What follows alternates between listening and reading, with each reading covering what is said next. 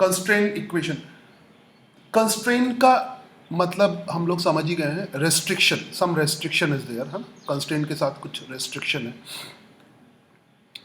So suppose जैसे हम अगर जो हमने पहले एग्जाम्पल किए उस एग्जाम्पल के हिसाब से अगर कंस्ट्रेंट को समझने की कोशिश करें, तो अगर एक पार्टिकल को तुम ड्रॉप करते हो अंडर ग्रेविटी, जैसे ये पार्टिकल है ना, इसको तुमने ड्रॉप किया, तो ये पार्टिकल डाउनवर्ड ही मूव करेगा. ये ऐसा नहीं हो सकता कि किसी एंगल पे मूव करे, है ना, पार्टिकल हमेशा डाउनवर्ड आएगा. So if you drop the particle, अगर इसकी इनिशियल वेलोसिटी जीरो है, मैं इसको हॉरिजॉन्टली थ्रो नहीं कर रहा, इसको ड्रॉप कर रहा हूँ. ड्रॉप का मतलब है इसकी इनिशियल वेलोसिटी जीरो है ना, ड्रॉप कर रहा हूँ या कुछ इनिशियल वेलोसिटी दे रहा हूँ, है ना, डाउनवर्ड डायरेक्शन में, देन ये पार्टिकल डाउनवर्ड डायरेक्शन में ही मूव करेगा, किसी और डायरेक्शन में मूव नहीं करेगा. दैट मीन्स ये इस ट्रैक में चलने के लिए कंस्ट्रेंड है. ये कंस्ट्रेंट का मतलब होता है, कंस्ट्रेंट का मतलब कुछ कंडीशन लगाई है, ऐसा ही करोगे, इसके अलावा और कुछ नहीं करोगे, है ना. तो you are constraint to do something. ये एकदम वर्बल, अगर शब्द का मतलब समझ लोगे ना, वर्ड का मीनिंग, तो बहुत सारी चीजें बहुत आसान हो जाएंगी. तो it is constraint to move in this path. Similarly अगर इंक्लाइन प्लेन तुम लेते हो, सम इंक्लाइन प्लेन, तो इंक्लाइन प्लेन में अगर तुमने कोई पार्टिकल ड्रॉप किया है इंक्लाइन प्लेन में, तो ये वर्टिकली नहीं मूव करेगा, ये इंक्लाइन प्लेन के अलॉन्ग ही मूव करेगा. ड्रॉप किया है या u is equal to zero से थ्रो किया है, it will always move along the incline plane, है ना. तो ऐसे होता है कंस्ट्रेंट. Is it clear? तो कंस्ट्रेंट का मतलब है कंडीशन. चलो अब हम सीधे एग्जाम्पल लेके, ऑब्वियसली ये थ्योरी में तो कुछ भी नहीं पूछा जाएगा, है ना, ये तो टॉपिक ही एडवांस का है, तो क्वेश्चंस ही आएंगे इसके, स्कूल बुक्स में होगा भी नहीं कहीं भी. So let's understand with the help of examples. तो पहला एग्जाम्पल बेसिक वाला लेते हैं. फर्स्ट एग्जाम्पल मैं सिर्फ थ्योरी समझाने के लिए ले रहा हूँ, इससे बहुत एलिमेंट्री वाला एग्जाम्पल लिया मैंने. फर्स्ट एग्जाम्पल लेता हूँ. इसमें है two balls are connected with the string and moving on a horizontal surface during the motion. The string is taut, tight है स्ट्रिंग. तो find the relation between U and V. ठीक है, you और we के बीच में relation निकालना है, you और वी के बीच में रिलेशन निकालना है. अब इसमें तो तुम्हें देख के ही पता लग रहा है कि u बराबर v होगा, है ना, देख के ही पता लग रहा है. तो कभी कभी विजुअल इंस्पेक्शन से भी कंस्ट्रेंट निकाल लेते हैं, कंस्ट्रेंट रिलेशन निकाल लेते हैं. यहां पे कंस्ट्रेंट रिलेशन का मतलब होगा, एक तो ये समझो कि ये दोनों पार्टिकल स्ट्रिंग के अलॉन्ग ही चलेंगे. अगर तुम इसको ऐसे पुल करोगे, वेलोसिटी अगर इधर है तो इसकी वेलोसिटी भी इधर ही होगी, किसी और एंगल पे नहीं हो सकती अगर तुम ऐसे पुल करते हो. तो ये दोनों पार्टिकल ए और बी इस स्ट्रिंग के अलॉन्ग चलने के लिए कंस्ट्रेंट है ना, इसी तरफ कंस्ट्रेंट है. दूसरी चीज कंस्ट्रेंट, एक चीज कंस्ट्रेंट हो गई, दूसरा होता है कंस्ट्रेंट रिलेशन. तो इनकी वेलोसिटीज में रिलेशन क्या है, u और v में रिलेशन क्या है. तो u और v में रिलेशन निकालने के बहुत सारे मेथड हैं. पहला तो सबसे आसान मेथड है जो हम इस टॉपिक के बिना डेप्थ में जाए कर सकते हैं, विजुअल इंस्पेक्शन. कंस्ट्रेंट निकालने के बहुत सारे मेथड हो सकते हैं, उसमें से पहला मेथड है विजुअल इंस्पेक्शन. तो सुनो, मैं लिख के टाइम बर्बाद नहीं कर रहा, इट इज विजुअल इंस्पेक्शन. देख के निकालना, सिंपल सी बात है. तो यहां पे देख ही के लग रहा है कि u और v के बराबर होगा, तो ये तो पहला मेथड हो गया. तो अक्सर नॉर्मल क्वेश्चंस में ये यूज करते हैं. दूसरा मेथड जिसको तुम एप्लीकेशन ऑफ डेरिवेटिव का मेथड कह सकते हो, बेसिक वाला मेथड. तो वो बेसिक वाला मेथड, उससे हम कैसे निकालेंगे, तो हमें u और v में रिलेशन निकालना है. तो ये बहुत कॉम्प्लिकेटेड सवाल नहीं है, मैं इसको खाली मेथड समझाने के लिए यूज कर रहा हूं. तो फिजिक्स की ब्यूटी ये है कि मेथड किसी भी सवाल में सेम मेथड लगेगा, चाहे वो इजी सवाल हो चाहे डिफिकल्ट सवाल हो. इजी सवाल, मैं मेथड समझाने के लिए हमेशा इजी सवाल लेता हूं, क्योंकि सवाल इजी है तो मेथड पे ज्यादा कंसंट्रेट करो. तो ऑब्वियसली जो मेरी स्टाइल है तुम समझ गए होगे अब तक. जैसे एरिया ऑफ सर्कल मैंने निकाला था, तो उसमें एरिया ऑफ सर्कल तुमसे पूछना नहीं था मुझे, मैं चाहता था कि तुम मेथड पे कंसंट्रेट करो. यहां भी बहुत इजी सवाल, पहला सवाल लिया है, तो कंसंट्रेट ऑन द मेथड. ठीक है, तो मेथड पे हम ढंग से कंसंट्रेट कर पाएंगे. तो मेथड क्या है, u और v में रिलेशन निकालने का जो सबसे बेसिक वाला कंस्ट्रेंट रिलेशन है, जो एप्लीकेशन ऑफ डेरिवेटिव के अंदर आता है, वो क्या है कि अगर इस स्ट्रिंग की लेंथ l है और ये बोल रहा है कि स्ट्रिंग को टाइट रहना है, कह रहा है two balls are connected with the string and moving on just नेली, अच्छा sorry, moving on horizontal plane, ठीक है। During motion the string is taut, string tight है तभी रिलेशन होगा, तो यहाँ पे स्ट्रिंग को ढीला नहीं कर सकते। तो बहुत ध्यान से देखना, यहाँ पे स्ट्रिंग ढीली नहीं है। कोई ये बच्चा ना पूछे कि सर स्ट्रिंग ढीली हो गई, तो ये ध्यान देना, ये बहुत स्पेशल कंडीशन है, स्ट्रिंग ढीली टाइट है, तो जस्ट स्पेशल पॉइंट है स्ट्रिंग टॉट। तो अगर स्ट्रिंग टाइट है, अगर मेरी स्ट्रिंग टाइट है, तो उस कंडीशन में क्या होगा, सपोज करो length of the string L है और एल की वैल्यू कांस्टेंट होगी, समझ आई बात, ये बेसिक रिलेशन है। तो एल की वैल्यू कांस्टेंट होगी, समझने की कोशिश करो। डिफरेंशिएशन को हमने इसीलिए सीखा है ताकि हम उसको अप्लाई कर पाए। तो ऑब्वियसली स्ट्रिंग टाइट है, स्ट्रिंग की लेंथ हमेशा कांस्टेंट होती है। स्प्रिंग होता तो लेंथ उसकी वेरी कर जाती, मगर यहां पे स्ट्रिंग है और इनएक्सटेंसिबल स्ट्रिंग है। कुछ स्ट्रिंग ऐसी भी होती है जो थोड़ी सी बढ़ जाती है, हल्की फुल्की, बट ये इनएक्सटेंसिबल स्ट्रिंग है। तो जब भी स्ट्रिंग वर्ड यूज हो तो बहुत ध्यान से समझना कि ये इनएक्सटेंसिबल स्ट्रिंग है, तो उसकी लेंथ कांस्टेंट होगी, ठीक है। आई होप समझ में आ गया होगा। अब क्या होगा, अब क्योंकि दोनों की वेलोसिटी गिवन है, यानी पहले पार्टिकल की भी वेलोसिटी है और दूसरे पार्टिकल की भी वेलोसिटी है, तो दोनों पार्टिकल की वेलोसिटी है, यहां पे इसकी वेलोसिटी v है और इसकी वेलोसिटी u है, ठीक है। इसका मतलब है कि a फॉरवर्ड डायरेक्शन में बढ़ेगा, मूव करेगा, तो a अगर b वेलोसिटी इधर है तो इधर मूव करेगा। सपोज करो इसने x डिस्टेंस मूव किया, x स्मॉल डिस्टेंस है, तो स्ट्रिंग की लेंथ में क्या हो जाएगा, इसके, अभी इसको दोनों को एक साथ नहीं करना, ध्यान रखना, यहां पे ये इंपॉर्टेंट है कि दोनों का इफेक्ट अलग अलग कंसीडर करना है ना। तो हम इसको u ले लेते हैं, इसको रेड पेन से दिखाता हूं, अभी इसको नहीं ले रहे, अभी सिर्फ ग्रीन वाला ले रहे हैं, तो ग्रीन पेन। तो कभी भी दोनों वेलोसिटी का इफेक्ट एक साथ मत लेना स्ट्रिंग पे। एक्चुअली में एक चीज समझ लो, हम करने क्या जा रहे हैं, हमारे पास स्ट्रिंग की लेंथ कांस्टेंट है जो हमेशा कांस्टेंट रहेगी, ठीक है। हम ए और बी को मूव कराएंगे और देखेंगे स्ट्रिंग की लेंथ कैसे चेंज होती है, इंक्रीज करती है या डिक्रीज करती है। डिक्रीज करेगी तो लेंथ में से माइनस कर देंगे, इंक्रीज करेगी तो लेंथ में से प्लस कर देंगे, और लेंथ कांस्टेंट रहेगी, ठीक है। समझ आई बात। सो टोटल लेंथ कांस्टेंट होगी, तो टोटल लेंथ कांस्टेंट है, उसको तुम इनिशियल लेंथ को एल लिख सकते हो, इनिशियल लेंथ को एल लिख सकते हो, और टोटल लेंथ कांस्टेंट होगी, या यहाँ पे पूरा लिख दो लेंथ कांस्टेंट है, ठीक है, एल। वेट अ सेकेंड, तो हम यहाँ पर कौन सी ट्रिक यूज कर रहे हैं, लेंथ कांस्टेंट, एल कांस्टेंट, तो एल को हम अलग जगह यूज करेंगे, तो यहाँ पे मैं लेंथ लिख देता हूँ, LENGTH। और यही बेसिक कंसेप्ट होता है, हर जगह लेंथ ही कांस्टेंट होती है, टेढ़ी मेढ़ी लेंथ होगी मगर कांस्टेंट होगी, ठीक है, ये कांस्टेंट इसको। तो अब इसके मूव करने से, ग्रीन पार्टिकल के मूव करने से क्या हुआ, ग्रीन जो भी बॉडी है उसके ए बॉडी, उसके मूव करने से क्या हुआ, इसकी लेंथ कम हो जाएगी, है ना। इसकी लेंथ कितनी हो जाएगी, अगर एल लेंथ है तो ये थोड़ा सा कम कर देगा, तो कितनी कम कर देगा, एल माइनस एक्स, है ना, एल माइनस एक्स, लेंथ की वैल्यू एल माइनस एक्स हो जाएगी, इसे क्लियर। तो ये उसको कम कर देगा, तो अगर लेंथ एल है, ध्यान से देखना, तो इसकी वजह से कम हो जाएगी, एक्स कम होगी। रेड की वजह से क्या होगा, रेड वाला सपोज करो ये मूव कर रहा है, यू डिस्टेंस मूव कर रहा है, और ये सपोज x1 x2 भी ले सकते हो, xy लेता हूं मैं, तो इससे लेंथ बढ़ जाएगी। समझ आई बात।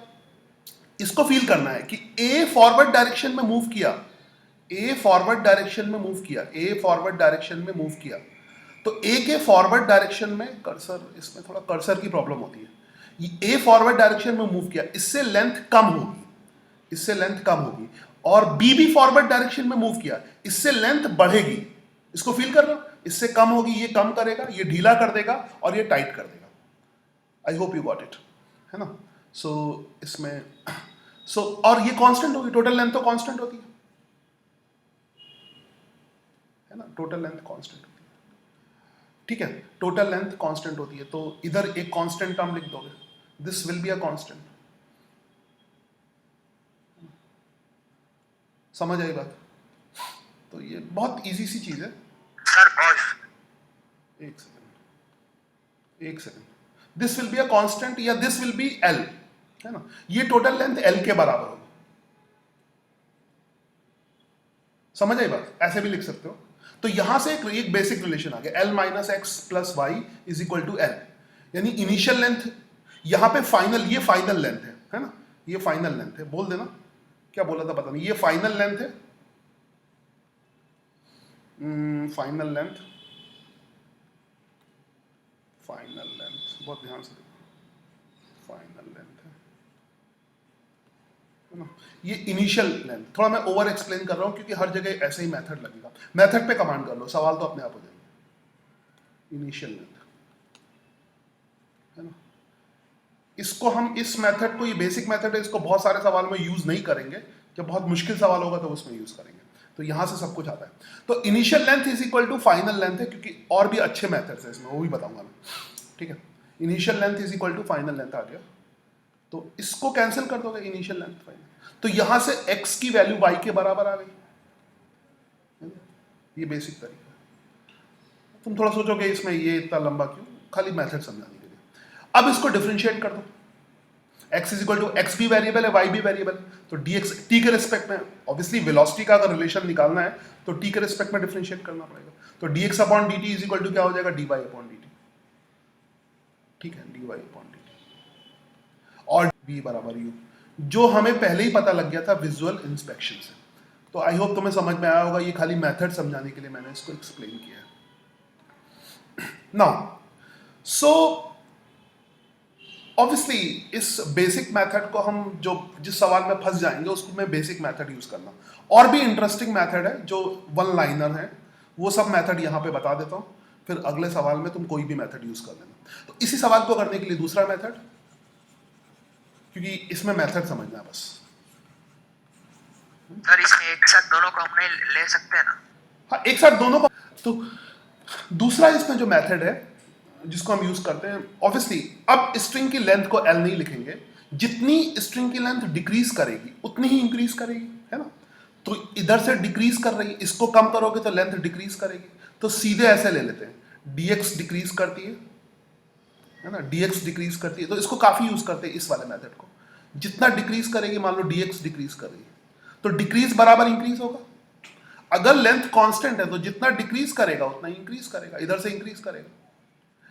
ये यानी ये पार्टिकल अगर इधर मूव करेगा, ये वाला a वाला पार्टिकल अगर मूव करेगा तो लेंथ डिक्रीज करेगी, dx है ना, dx डिक्रीज करेगी, और अगर b पार्टिकल मूव करेगा तो लेंथ इंक्रीज करेगी, ठीक है।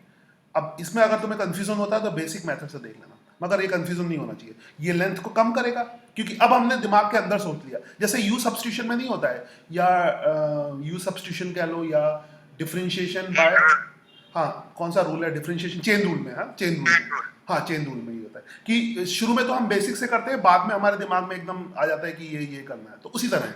अब हमारे, अब एल लेंथ जो कंसेप्ट है वो हिडन है, लेंथ कांस्टेंट हिडन है, तो इसका पार्टिकल का जो ए ब्लॉक जितना लेंथ को डिक्रीज करेगा, है ना, ए पार्टिकल जितना लेंथ को डिक्रीज करेगा, बी उतना ही इंक्रीज करेगा, तो सीधे हम लिख सकते हैं उतना बिना मेहनत किए कि dx की वैल्यू dy के बराबर हो जाएगी, है ना। dx is equal, plus minus लगाने की भी जरूरत नहीं, decrease is equal to increase, है ना। तो डिक्रीज और इंक्रीज एक साथ, या ये ध्यान रखना, ये एनर्जी कंजर्वेशन में भी देखना, हर जगह ये था, अगर डिक्रीज और इंक्रीज दोनों एक ही साइड लिखने हो तो एक को प्लस लिखना, एक को माइनस लिखना, मगर अगर डिक्रीज एक साइड है और इंक्रीज दूसरी साइड है तो दोनों को प्लस लिखोगे, है ना, तभी तो डिक्रीज बराबर इंक्रीज आया। फिर कुछ नहीं करना है, फिर dt से डिवाइड कर देना, तो dx अपॉन dt u होता है, तो dx upon dt is equal to dy upon dt, dy upon dt, ठीक है। तो dx अपॉन dt किसके बराबर है, v के बराबर है, और dy अपॉन dt u के बराबर है। तो ये हो गया method number 2, this is method number 2, first basic method, second ये मेथड। अब मैं इसको करने जा रहा हूं थर्ड मेथड से, ठीक है। मैं सारे मेथड बता रहा हूं, तुम अगर देखोगे इसके वीडियोस या कहीं किसी को देखोगे तो लोग एक ही मेथड बताते हैं उसी पे, मगर मेरे हिसाब से सारे मेथड आने चाहिए, ठीक है। तो मैं सारे मेथड बताता हूं, ठीक है। तो तीसरा मेथड है, दो मेथड हो गए, तीसरा मेथड है। तीसरा मेथड बहुत इजी सा कह सकते हो, लॉजिकल मेथड है। तो मगर जब भी इस तरह के मेथड में फंसो तो बेसिक मेथड से करना है। तो तीसरा लॉजिकल मेथड है कि अगर स्ट्रिंग टाइट है, अगर स्ट्रिंग टाइट है, सुनना ध्यान से, तो स्ट्रिंग के अलोंग वेलोसिटी सेम होगी, सिंपल सी बात है। अगर स्ट्रिंग टाइट है तो इस पॉइंट की वेलोसिटी, या इसको कोई पॉइंट ले लो, पॉइंट 1 की वेलोसिटी पॉइंट 2 के बराबर होनी चाहिए, सिंपल सी बात, सिंपल लॉजिक। क्योंकि स्ट्रिंग टाइट, अगर पॉइंट 1 की वेलोसिटी पॉइंट 2 के बराबर नहीं होगी तो सपोज करो अगर पॉइंट 1 की वेलोसिटी पॉइंट 2 से ज्यादा है तो स्ट्रिंग ढीली पड़ जाएगी, है ना, क्योंकि पॉइंट 1 तेजी से पास आएगा, पॉइंट 2 उतना तेजी से दूर नहीं जाएगा। अगर पॉइंट 1 तेजी से पास आ रहा है तो स्ट्रिंग ढीली पड़ जाएगी। या अगर पॉइंट 2 बहुत तेजी से जा रहा है तो स्ट्रिंग टूट सकती है ना। अगर पॉइंट 2 बहुत तेजी से दौड़ रहा है, ये सिंपल सी बात है, दो आदमी एक स्ट्रिंग से कनेक्टेड है, ठीक है। अगर ये प्रैक्टिकली इसको तुम फील कर सकते हो, बीच में एक स्ट्रिंग बांधो, रस्सी बांधो, इमेजिन करो, और दोनों बच्चों को भागने, दो बच्चों को एक ही रस्सी से बांध दो। रस्सी थोड़ी सी ढीली होनी चाहिए, सॉरी ढीली नहीं, जो थोड़ी सी मजबूत नहीं होनी चाहिए, टूटने वाली हल्की सी रस्सी होनी चाहिए, हल्की फुल्की रस्सी। तो दो बच्चों को बांध दो, ठीक है। अगर आगे वाला जो बच्चा है, दो बच्चे, एक आगे है पीछे, अगर आगे वाला बच्चा तेजी से दौड़ेगा और पीछे वाला बच्चा उतनी तेजी से दौड़ नहीं पाएगा तो स्ट्रिंग टूट जाएगी, ठीक है। अगर पीछे वाला बच्चा तेजी से दौड़ेगा और आगे वाला बच्चा उतनी तेजी से दौड़ नहीं पाएगा तो स्ट्रिंग ढीली हो जाएगी। तो स्ट्रिंग अगर टाइट है तो दोनों बच्चों को एक ही वेलोसिटी से दौड़ना चाहिए।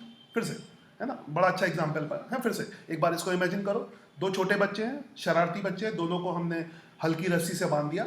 अगर आगे वाला बच्चा तेज भागने की कोशिश करेगा पीछे वाले बच्चे से तो स्ट्रिंग टूट जाएगी, ठीक है। अगर पीछे वाला बच्चा तेज भागने की कोशिश करेगा आगे वाले बच्चे से तो स्ट्रिंग ढीली पड़ जाएगी, है ना, स्लैक हो जाएगी, ढीली पड़ जाएगी। और अगर स्ट्रिंग टाइट है तो दोनों बच्चों की स्ट्रिंग के अलोंग, सुनना ध्यान से, स्ट्रिंग के अलोंग, ये मेन वर्ड है, दोनों बच्चों की स्ट्रिंग के अलोंग वेलोसिटी सेम होनी चाहिए। तो ये लॉजिकल मेथड है, तो उस मेथड से भी v की वैल्यू u के बराबर होगी, ठीक है।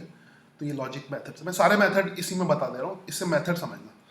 ओके, स्ट्रिंग के अलोंग, यहां पर इस मेथड में एक इंपॉर्टेंट पॉइंट है, इट शुड बी, यहां पे दोनों वेलोसिटी स्ट्रिंग के अलोंग है, अगले वाले केस में नहीं है ना। तो ये ध्यान रखना इसमें। तो ये मेथड जब बता रहा हूं तो सबके लिए बता रहा हूं। तो ये कंडीशन अलोंग द स्ट्रिंग लगेगी, this should be along string, along string, along string. इसको मैं एक ही स्ट्रेच में रिकॉर्ड करने की कोशिश करूंगा, है ना, क्योंकि ये तो एडवांस वाले बच्चों के लिए, तो वो इतना कंसंट्रेट कर सकते हैं, along string. I hope you got it. तीसरा मेथड हो गया, हाँ। चौथा मेथड, तो कुल मिला के 4 मेथड्स हैं। चौथा मेथड उसको कहते हैं वर्चुअल वर्क मेथड, है ना, ये भी फेमस है, वर्चुअल वर्क मेथड। ज्यादातर यही मेथड फेमस है, वर्चुअल वर्क मेथड, ठीक है। तो कोई भी मेथड लगा लेना जिससे आसानी से सवाल लग जाए।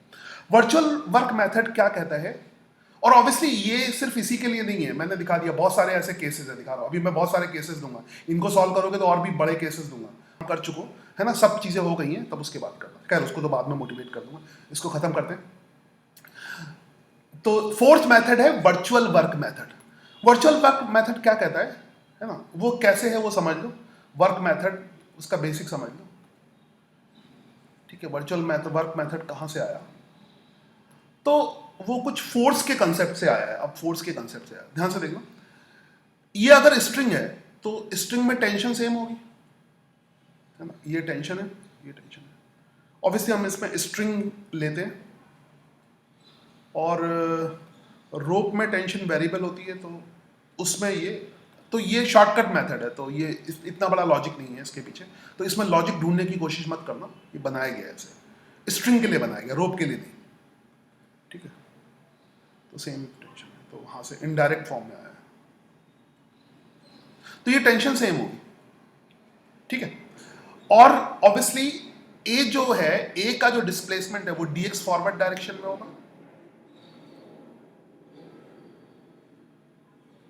ठीक है। बी का जो डिस्प्लेसमेंट है वो मैं dy ले लेता हूं, वो भी फॉरवर्ड डायरेक्शन में होगा, क्योंकि डिस्प्लेसमेंट हमेशा वेलोसिटी की तरफ होते हैं। तो वर्चुअल वर्क मेथड क्या कहता है कि नेट एलिमेंटल वर्क कैलकुलेट करो। अगर हम टोटल, तुम्हें लग ही गया होगा वर्चुअल वर्क मेथड है तो वर्क जैसी कुछ चीज आएगी, तो वर्क जैसी चीज आ रही है, तो यहां पे वर्क निकालो, ए पर वर्क निकालो और बी पर वर्क निकालो। ए पर वर्क कितना हो जाएगा, T into D x, T into D x,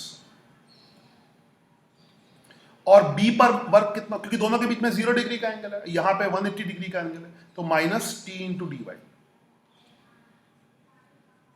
है ना, इज इक्वल टू 0। तो ये मेथड क्या कहता है कि टोटल जो वर्क डन है, net work done by tension, only tension लोगे और कोई फोर्स नहीं लोगे, net work done by tension is equal to 0। तो टी कैंसिल हो जाएगा और dx की वैल्यू dy के बराबर आ जाएगी और तुम जो करना कर लो। इसके बाद ऑब्वियसली तुम्हें पता है कि dt से डिवाइड कर लोगे और वेलोसिटी इक्वल हो जाएंगे। तो इस मेथड में क्या आता है, net work done, virtual work method, virtual VV method कर लो, virtual work method, VV famous है virtual work method.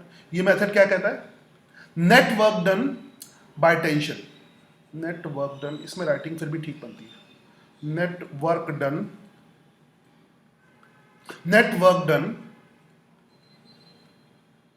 Bye tension is equal to 0, by tension is equal to 0, tension is equal to, ठीक है, net work done by tension is equal to 0। कभी कभी इसका modified form भी use करते हैं इसको, मतलब यहीं पे अगर डिफरेंशिएट कर दो तो t into D X upon D T यहीं पे कर दो, dt से यहीं पे डिवाइड कर दो, है ना, तो D X upon D T minus T into D Y upon D T, D Y upon D T, है ना, इज इक्वल टू 0।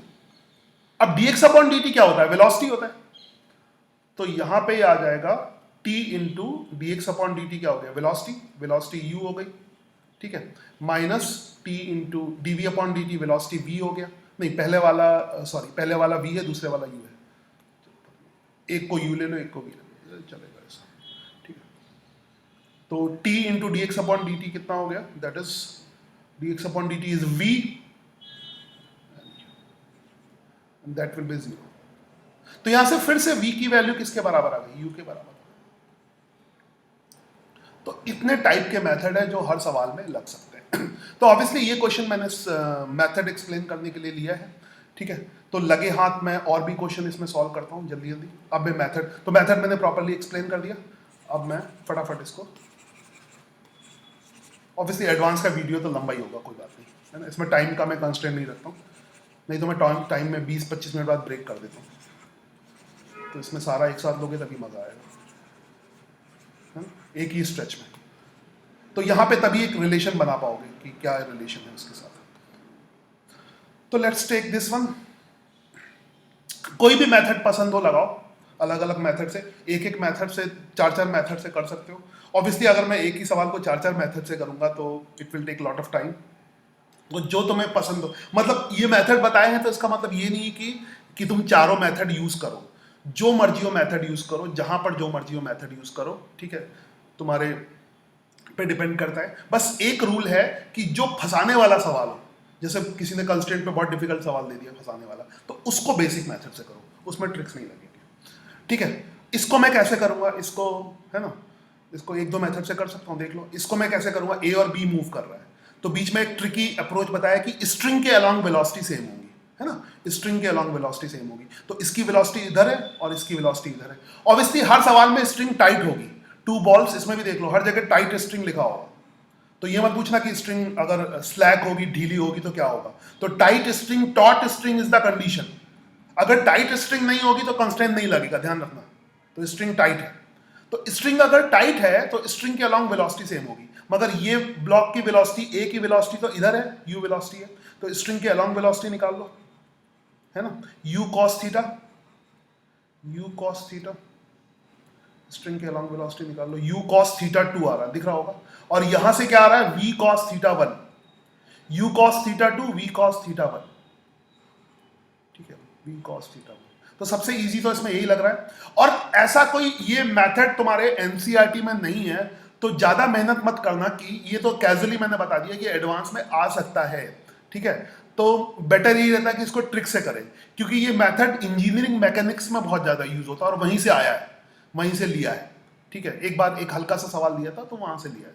तो मेथड बहुत, तो मतलब एक बार जेई ने जब दिया तो बेसिक से लगाने को बोला होगा, उसके बाद इस मेथड पे बहुत सारे सवाल होते हैं, तो वैसे तो इसको ट्रिक से करो, बेसिक से करो। तो ये बेसिक से बहुत अच्छा मेथड है कि स्ट्रिंग के अलॉन्ग वेलोसिटी सेम होगी, है ना, स्ट्रिंग के अलॉन्ग वेलोसिटी सेम होगी, तो हम लिख सकते हैं v cos theta 1 is equal to u cos theta 2। तो जिससे एकदम शॉर्ट में हो जाए वही करो, v cos theta 1 is equal to क्या हो जाएगा, u cos थीटा 2, ठीक है, u cos थीटा बाकी तुम्हें जो भी करना है कि अगर इसको dx मूव करते हो तो इसका कंपोनेंट इसके अलोंग dx cos थीटा 2 हो जाएगा। स्ट्रिंग की लेंथ जितनी डिक्रीज करेगी उतनी इंक्रीज करेगी, तो कोई भी मेथड लगा सकते हो। Through light string passed over fix pulley, ठीक है।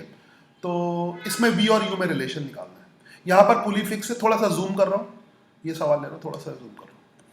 तो यहां पर इस तरह के सवाल एप्लीकेशन ऑफ डेरिवेटिव टाइप में, अभी तक तो सिंपल था, एप्लीकेशन ऑफ डेरिवेटिव टाइप में हो जाते हैं। अभी इसमें थोड़ा सा कंफ्यूजन है कि u और v की वैल्यू ये सेम होगी कि नहीं होगी, मतलब ट्रिक में कंफ्यूजन है। तो इसको तुम बेसिक से भी कर सकते हो, बेसिक से कर सकते हो, और ऐसे एप्लीकेशन ऑफ डेरिवेटिव के बहुत सारे क्वेश्चन होंगे। तो कैसे करते हैं, पहले मैं इसको बेसिक से करके दिखाता हूँ, एकदम बेसिक से। ये बेसिक मेथड है, ठीक है, ओके। तो यहां पर सपोज दैट ये यहां से यहां तक की अगर स्ट्रिंग की लेंथ स्ट्रिंग की लेंथ फिक्स रहेगी, है ना, कहीं भी length of the string fix रहती है, तो स्ट्रिंग का जो इनिशियल पॉइंट है, ये फर्स्ट पॉइंट इसका स्ट्रिंग का इनिशियल पॉइंट है और ये दूसरा वाला पॉइंट है ना, तो 1 से 2 के बीच की लेंथ फिक्स रहेगी। तो एक्चुअली में जो लेंथ हम ले रहे हैं, तो 1 पॉइंट से लेकर 2 पॉइंट के बीच की लेंथ कितना है, इसको एल एज्यूम कर लें, है ना। तो कौन सी लेंथ एल है, समझ आई बात, कौन सी लेंथ हमने एल ले रखी है। अच्छा, उसके बाद हम अपने मन से कुछ और वेरिएबल्स, एल कांस्टेंट है, ठीक है, इसको हमने ऐसे लिखा क्योंकि एल कांस्टेंट है।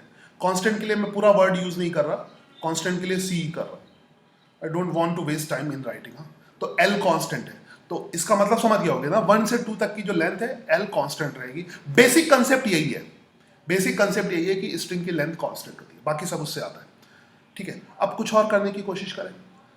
अगर अब ये अपने हिसाब से है ना, ये एप्लीकेशन ऑफ डेरिवेटिव में इसके इस तरह के क्वेश्चन बहुत सारे हैं, तो इस हिसाब से मुझे लगा कि ये टॉपिक एप्लीकेशन ऑफ डेरिवेटिव का है। मैं यहां पे y ले लूं, ऑब्वियसली अगर ये ऊपर जा रहा है, इसको हम ट्रिक से भी कर सकते हैं, मगर मैं जानबूझ के इसको बेसिक से कर रहा हूं ताकि तुम्हें डेरिवेटिव का जो एप्लीकेशन है वो समझ में आए, है ना। तो उसको ध्यान से देखो, क्योंकि कंसेप्चुअल हिसाब से देखोगे तो ये अभी जो मेथड कर रहा हूं वो बहुत इंपॉर्टेंट है, ठीक है। बाकी एग्जाम में जल्दी करना है, कोई सवाल आ गया तो ट्रिक वाला मेथड इंपॉर्टेंट है, मगर ट्रिक में गलती भी हो सकती है। ऑब्वियसली ट्रिक का कोई बेस तो नहीं होता, इसलिए हमेशा जब कोई ट्रिक लेना तो उसका बेसिक पता होना चाहिए। तो ट्रिक को ऐसे आंख बंद करके यूज नहीं करना, ठीक है, कहीं भी। खैर, तो यहां पर हमने इस जो सेकेंड पार्टिकल की डिस्टेंस y ले रखी है। ऑब्वियसली y वेरिएबल होगा, है ना, y की वैल्यू इंक्रीज करेगी क्योंकि पार्टिकल ऊपर जा रहा, दिख रहा होगा, आई थिंक सफिशिएंट दिख रहा होगा, क्योंकि पार्टिकल ऊपर जा रहा है। अच्छा, और क्या कर सकते हैं, और इधर से किसी एक पॉइंट से लेना होगा।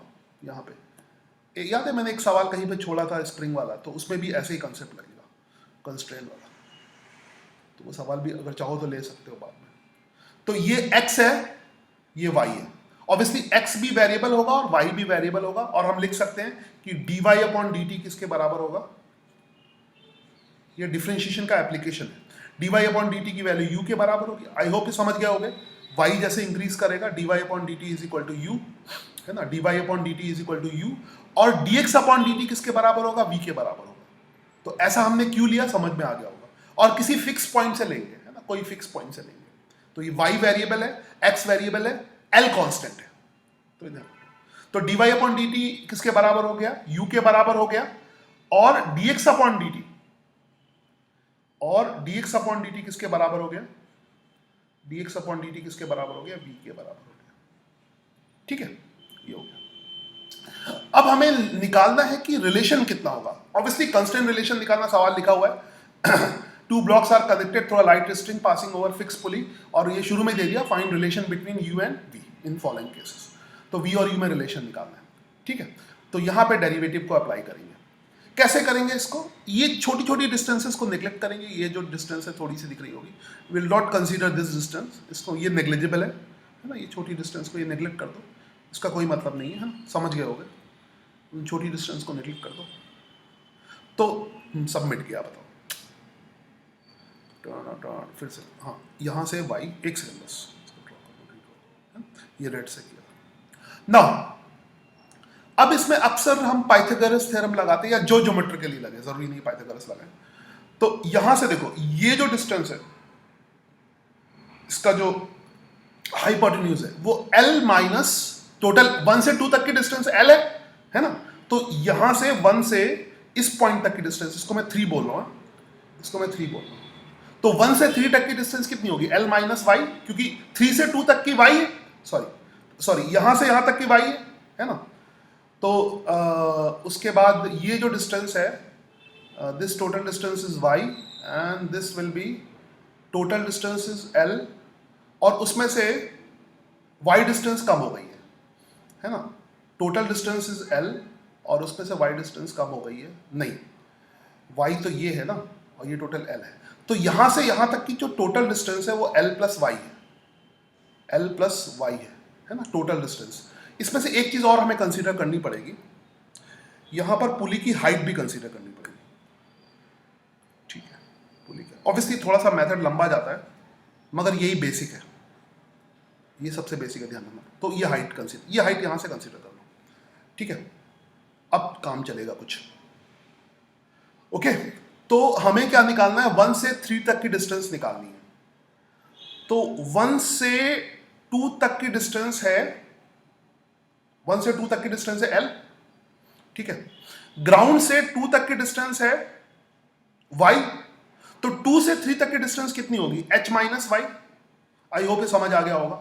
नहीं समझ आ गया फौरन पूछो, फौरन पूछो और मैं पॉज कर दूंगा, है ना। h माइनस वाई, गड़बड़ हो फौरन बताओ, अपने आप अपने दिमाग से समझते जाओ, क्योंकि मैं ये टॉपिक जो है उन्हीं लोगों को बताने में इंटरेस्टेड हूं जिनका अपना दिमाग डेवलप हो गया है, ठीक है।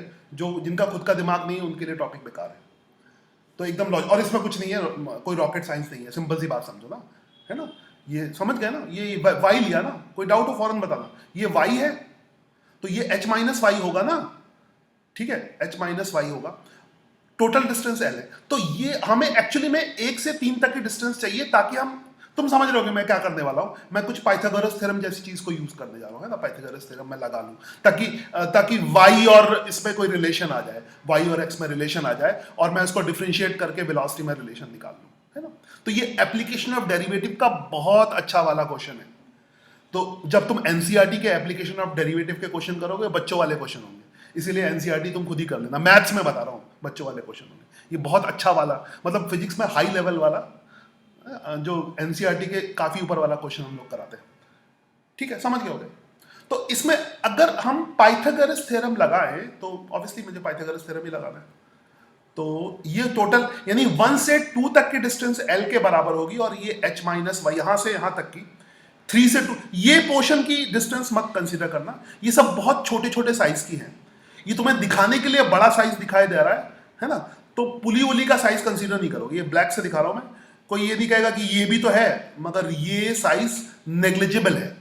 तो यहां पे जो भी हम डिस्कशन कर रहे हैं वो बहुत छोटी सी नेग्लिजिबल साइज की पुली के लिए कंसीडर कर रहे हैं। तो जब तक रोटेशनल मैकेनिक्स नहीं आता तब तक पुली का जो साइज है वो नेग्लिजिबल होगा। ये जब तक क्वेश्चन में बोला ना जाए कि पुली का रेडियस लो, पुली का ये लो, तब तक पुली का साइज तुम कंसीडर नहीं करोगे, ठीक है। आई होप यू गॉट इट। अब ये जो डिस्टेंस है जिसको मैं किसी और कलर से लिखने वाला हूं, और मैंने 33 मिनट लिए हैं, वेरी गुड, इतना तो लगना ही चाहिए ना। तो ये जो डिस्टेंस है यानी 1 से 3 तक की डिस्टेंस कितनी हो जाएगी? L minus H plus Y, यानी पूरे L को इससे माइनस कर दोगे, ये जो चीज है इससे माइनस कर दोगे, तो ये क्या आएगा? L minus H plus Y. I hope you got it. L minus H plus Y, L minus, बस इसको खत्म करके क्लास खत्म कर दो, बाकी तुम प्रैक्टिस करो। बाकी इसमें शॉर्टकट मेथड है जिसमें ऐसा कुछ नहीं करना पड़ेगा, 2 मिनट में आ जाएगा। 2 मिनट नहीं, 2 मिनट बहुत ज्यादा हो गए, 30 सेकंड के अंदर आ जाएगा, ठीक है। मगर मैं जानबूझ के इस तरह का मेथड बता रहा हूँ ताकि तुम्हें बेसिक क्लियर हो। हमेशा बेसिक मेथड में कितना भी टाइम लगे उसमें टाइम देना चाहिए, उससे हमारा बेस मजबूत होता है। खैर, तो ये हाइपोटेन्यूज कितना हो गया? L minus H plus Y हो गया, और ये तो h के बराबर ही है, और ये डिस्टेंस x के बराबर है। तो अब हम पाइथागोरस का थ्योरम यूज कर सकते हैं। वो क्या कहता है? हाइपोटेन्यूज का स्क्वायर, तो बचपन से यूज करते जा रहे हैं, L minus H plus Y, है ना। सारा चीजें पाइथागोरस थ्योरम के ऊपर है, पूरी ट्रिग्नोमेट्री पाइथागोरस थ्योरम के ऊपर है, and that is equal to h का स्क्वायर। बहुत ध्यान से देखो, आई होप कि मैं बहुत अच्छे बच्चों को बता रहा हूँ जो एकदम पूरी तरह से कंसंट्रेट है, टाइम पास वाले बच्चे नहीं है। तो एक भी गलती हो तो फौरन बताओ, ठीक है, और मेरे से सिली मिस्टेक तुम्हें पता बहुत ज़्यादा होती है। L minus H plus y का square is equal to h का स्क्वायर प्लस एक्स का स्क्वायर, क्योंकि इसमें ऐसी कोई चीज़ नहीं है कि मतलब एडवांस लेवल का है तो मैं वो क्या कहते हैं डाइवर्जेंस का जो एडवांस की चीज़ें पढ़ाने लगूंगा, वो नहीं है। एडवांस लेवल का है तो कंसेप्ट तो वही 6ठी 7वीं 8वीं का लगेगा, तो ऐसे कंफ्यूज ना होना एडवांस लेवल में सर कुछ बहुत एडवांस होगा, कुछ एडवांस नहीं होता। वो एडवांस सिर्फ इसलिए होता है कि तुम 6, 7, 8 हमारे स्कूल में ढंग से पढ़ के नहीं आते। खैर जो है, अब इसको अब तुम्हें डिफरेंशिएशन की बहुत अच्छी हैबिट पड़ गई है, तो डिफरेंशिएशन ये पूरी इसको डिफरेंशिएट करो, ठीक है। तो पहले तो ये पूरा टर्म आ जाएगा है बाय चेन रूल, तो 2L minus H plus Y, इसीलिए मैंने डिफरेंशिएशन पहले ढंग से प्रैक्टिस करवा दिया। तुम देखो मैं बहुत साइकोलॉजिकली चलता हूँ। फिर अंदर वाले को डिफरेंशिएट करो, अंदर L और H तो कांस्टेंट ही है, ठीक है, तो उनका डिफरेंशिएशन 0 हो जाएगा, तो क्या बचेगा dy अपॉन dt। ये बहुत अच्छे सवाल में लगने वाला है, dy upon dt। H constant है, कांस्टेंट का डेरिवेटिव 0 होता है, प्लस यहाँ पे क्या हो गया 2x है ना, और ये dx upon dt। I hope you got it, dx upon dt, ठीक है। अब ये L माइनस एच माइनस ही और वेरिएबल से रिप्लेस भी कर सकते हो, पूरे को अगर यूज करना, ये हाइपोटेन्यूज है, याद रखना ये वेरिएबल है, क्योंकि L और H तो कांस्टेंट है मगर y वेरिएबल है, ठीक है। तो ये कोई वेरिएबल क्वांटिटी z आपने नहीं लिया तो z लेते हैं, ठीक है, z small z, capital Z तो कांस्टेंट, मतलब ये ट्रेडिशन है कि वेरिएबल को स्मॉल लेटर से रिप्रेजेंट करते हैं, है ना, ये x y z p q r ऐसे, मगर ये कोई चीज मतलब ऐसा कंडीशन नहीं है कि हमेशा करोगे, कोई रूल नहीं है, ट्रेडिशन है, तो ट्रेडिशन का भी रूल नहीं होता, ठीक है।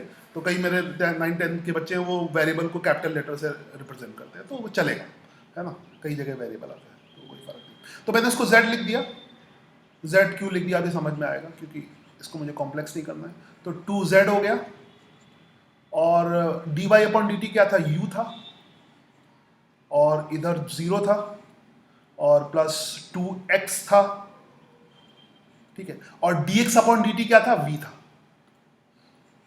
ठीक है। तो अब मेरे पास रिलेशन आ गया, 2 को मैं उड़ा दूंगा, 2 और 2 गयो, तो यहां से क्या आ जाएगा, v is equal to z upon X U, v is equal to z upon X U, ठीक है, z upon X U, z upon X U, cos theta is equal to x upon z होगा, cos theta is equal to z, ये basic method, और यही सबसे ज्यादा basic method है, ये हर जगह लगेगा, है ना, क्योंकि सब कुछ यहीं से आया है। cos theta is equal to, ये मैथमेटिकल मेथड है सबसे basic, cos theta is equal to क्या होगा, x upon z, x upon z, तो हमें डिस्कस करने में दिक्कत होगी। तो अक्सर ये अभी मतलब 12th के सिलेबस में बहुत आएगा, डेरिवेशंस में बहुत आएगा कि इस तरह के डेरिवेशंस आएंगे, हाँ, डेरिवेशन में बहुत आएगा कि अक्सर जहां पे 2 वेरिएबल होते हैं उसको एंगल का यूज करके सिंगल वेरिएबल में कन्वर्ट कर लेते हैं, है ना, तो सिंगल का कम से कम वेरिएबल में कन्वर्ट कर लेते हैं, ठीक है। डाउट है तो पूछ लेना, मैं पॉज कर दूंगा, जैसे ही डाउट है पूछ लेना। एडवांस के उसमें ये बहुत इंपॉर्टेंट है कि डाउट जहां पर आए वहीं पर पूछो, ठीक है, नहीं तो समझ में नहीं आएगा, एडवांस में बहुत जरूरी है, क्योंकि तुम थोड़ी, हाँ रुक जाओ एक सेकंड, इसको पॉज कर दो, इसीलिए ये सिस्टम बना। v इज इक्वल टू क्या आ जाएगा, z upon X U, v is equal to z upon X U, velocity is equal to z upon X U. तो z अपॉन x को हम क्या लिखें, cos थीटा क्या होगा, x अपॉन z होगा, हाँ sec थीटा, हाँ कुछ भी लिख लो, z sec थीटा लिख लेंगे, चलेगा, कोई दिक्कत नहीं, वेरी गुड, ये बहुत अच्छा sec थीटा लिख लेते हैं, sec थीटा, ठीक है। तो v is equal to sec theta into U, v is equal to sec theta into U, I think you got it, okay. तो ये रिलेशन आ गया, ये रिलेशन आ गया। अब इस रिलेशन को, ये तो बेसिक से हुआ, अगर तुम बेसिक से नहीं करते हो तो लॉजिकली करते हो, तब भी बहुत easily within few seconds आ जाता है। तो ये चीज़ नीट वालों के काम की हो सकती है, अगर उनको निकालना है तो बहुत मतलब लॉजिकली निकाल ले। तो अब मैं इसको लॉजिकली निकालता हूँ, मगर ये मेथड सबसे ज़्यादा एप्लीकेशन और डेरिवेटिव का मेथड है, क्योंकि कहीं भी फंसोगे तो बेसिक के पास जाओगे, ठीक है, क्योंकि बेसिक कभी किसी को नहीं फंसाता। लॉजिकल मेथड क्या कहता है, और सही भी है, कि अगर स्ट्रिंग टाइट है अगर स्ट्रिंग, इसलिए मैंने सारे मेथड बताए हैं, तुम ये ना कहो कि हमने ऐसे आसान कर लिया ये कर, इसमें आसान से कठिन कुछ नहीं है, सारे मेथड जानना जरूरी है। हाँ, एग्जाम में तुम आसान वाला मेथड करो, तुम ऑब्वियसली करोगे, उसमें बताने की भी जरूरत क्या है, तुम आसान मेथड ही करोगे। तो वो लॉजिकल मेथड क्या कहता है कि स्ट्रिंग के अलोंग वेलोसिटी सेम होगी। तो इस वाले ब्लॉक की वेलोसिटी तो स्ट्रिंग के अलोंग ही है, यू स्ट्रिंग के अलोंग है। अगर स्ट्रिंग टाइट है तो स्ट्रिंग के अलोंग वेलोसिटी सेम होगी। तो यहां पर स्ट्रिंग टाइट है तो ये वाली वेलोसिटी यू है, और यहां भी स्ट्रिंग टाइट है, तो मगर ये तो स्ट्रिंग के अलोंग नहीं है, तो इसका तुम्हें स्ट्रिंग के अलोंग कंपोनेंट लेना होगा, इसका तुम्हें स्ट्रिंग के अलोंग कंपोनेंट लेना होगा, ठीक है। तो ये थीटा है, ये थीटा हो गया, तो स्ट्रिंग के अलोंग कंपोनेंट क्या होगा, V cos theta. I will take different colour, हाँ थोड़ा सा, this is V cos theta. तो जो हमने इतनी बड़ी मेहनत की वो विद इन 10 सेकेंड कह सकते हो, प्रैक्टिस के बाद वो आ सकता है, मगर ये मेथड की डेप्थ नहीं है, लॉजिकल मेथड है, ठीक है। तो v cos theta is equal to u, तो वही चीज आ रही है, v cos theta is equal to वही आ रहा है, v is equal to u sec theta, है ना, वही 1/cos थीटा, ठीक है। आई होप समझ में आ गया होगा, काफी लंबा लेक्चर हो गया ये पूरा पूरा। चलो अब मैं क्या करने वाला हूँ कि ये पूरा जो बाकी के क्वेश्चन है मैं तुम्हें इसका ये इमेज भेजता हूँ, तो बाकी के क्वेश्चन तुम ट्राई करोगे, जो मेथड हो यूज करोगे, शॉर्टकट मेथड यूज करने की कोशिश करोगे, सब बता दिया मैंने, है ना। 3-4 क्वेश्चन बचे हैं, मगर ध्यान रखो, अब इसको बंद कर दो, स्टॉप कर दो।